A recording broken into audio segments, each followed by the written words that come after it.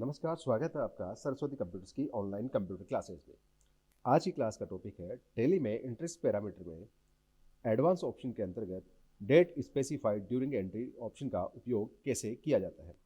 चलिए शुरू करते हैं आज की क्लास। सबसे पहले टैली के फीचर सेट करते हैं। F11 अकाउंटिंग फीचर, यहाँ मेंटेन बिल वाइज इस ऑप्शन को यस करना है।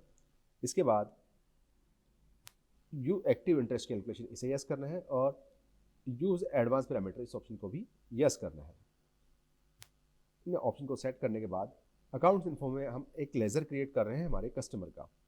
लेजर्स यहाँ पर क्रिएट करते हैं एक कस्टमर का लेजर। इसको हम सैलरी डेटर्स के अंडर रखेंगे।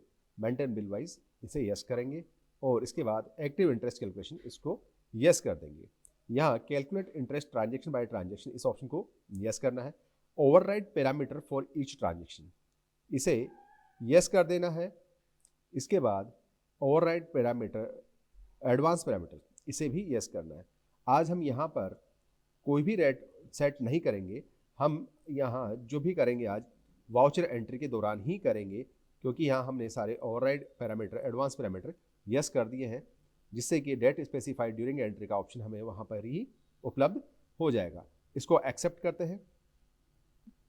चलिए एक लेजर बनाते हैं सेल्स का। इसको अंडर रखेंगे सेल्स के और यहाँ पर एक्टिव इंटरेस्ट कैलकुलेशन नो रहेगा। एंटर करते हैं। चलिए यहाँ हमारे पास F8 हमने सेल्स करना है हमारे कस्टमर को। तो मैंने ऑलरेडी 100 पीसेज टेबल परचेज की हुई है। तो उस परचेज में से हम यहाँ पे कुछ टेबल कस्टमर को सेल आउट कर रहे हैं। कस्टमर का लेजर और सेल्स का लेजर हमने सेलेक्ट किया। यहाँ टेबल हमारे पास है स्टॉक में, तो हम यहाँ उसको 30 टेबल सेल आउट कर रहे हैं 250 रुपीज़ के अकॉर्डिंग।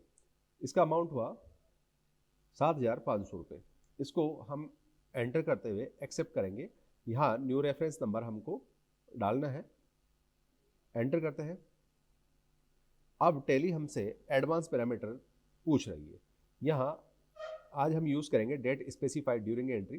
तो सबसे पहले हम रेट डालते हैं 10%। कैलेंडर मंथ, क्रेडिट और डेबिट, ऑल बैलेंस, ऑलवेज। आज का फीचर है डेट स्पेसिफाइड ड्यूरिंग एंट्री। चलिए कैसे वर्क करता है। हमने यहाँ पर सेट किया है 10% कैलेंडर मंथ के अकॉर्डिंग सभी बैलेंस पे, क्रेडिट और डेबिट बैलेंस पे। यहाँ हमें डेट मेंशन करनी है कि 1 अप्रैल से और 1 मई तक जो चार्ज लगेगा वो 10% के अकॉर्डिंग लगेगा। फिर यहाँ पर हमने चार्ज किया 15% calendar month, all balance, always, date specified during entry. फिर यहाँ 1 मई से 1 जून तक जो चार्ज लगेगा वो लगेगा 15% के अकॉर्डिंग। फिर हमने कहा 20%। यहाँ 20% अप्लाई किया हमने calendar month, all balance, always, date specified during entry. अब यहाँ हम चाहते हैं कि 1 जून के बाद जितना भी टाइम पीरियड निकले वहाँ सिर्फ 20% के अकॉर्डिंग ही इंटरेस्ट कैलकुलेट हो।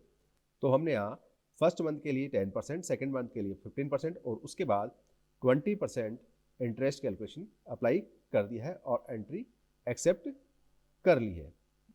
एंट्री एक्सेप्ट करने के बाद अब हम इसकी इंटरेस्ट कैलकुलेशन को चेक करते हैं। इसके लिए हमें जाना होगा डिस्प्ले में, स्टेटमेंट ऑफ अकाउंट। यहाँ पर इंटरेस्ट कैलकुलेशन का ऑप्शन है। इसमें हम आते हैं। हमने माल सेल आउट किया है तो इंटरेस्ट रिसीव करेंगे, इसलिए इसकी रिपोर्ट जो इंटरेस्ट रिसीवेबल में शो होगी। यहाँ हम Alt F2 की प्रेस करके पीरियड चेंज करेंगे। हम यहाँ पीरियड करते हैं 1 जुलाई तक का, क्योंकि हमने 1 अप्रैल से 1 मई 10%, मई से जून 15 और जून से आगे जितना भी टाइम पीरियड होगा उसके लिए 20% इंटरेस्ट चार्ज किया है। एंटर करने के बाद अब हम देखते हैं कि यहाँ पर जो इंटरेस्ट कैलकुलेशन निकल के आ रही है, फर्स्ट मंथ के लिए वो आ रही है 10%, सेकेंड मंथ के लिए आ रही है 15% और थर्ड मंथ से जो भी स्टार्ट हुआ है उसके लिए जो चार्ज स्टार्ट होंगे वो होंगे 20% के अकॉर्डिंग। इस तरह से हम टेली में डेट स्पेसिफाइड ड्यूरिंग ऑप्शन का यूज़ कर सकते हैं। वीडियो अच्छा लगा हो तो चैनल सब्सक्राइब करें, लाइक करें वीडियो को, कमेंट करें। धन्यवाद।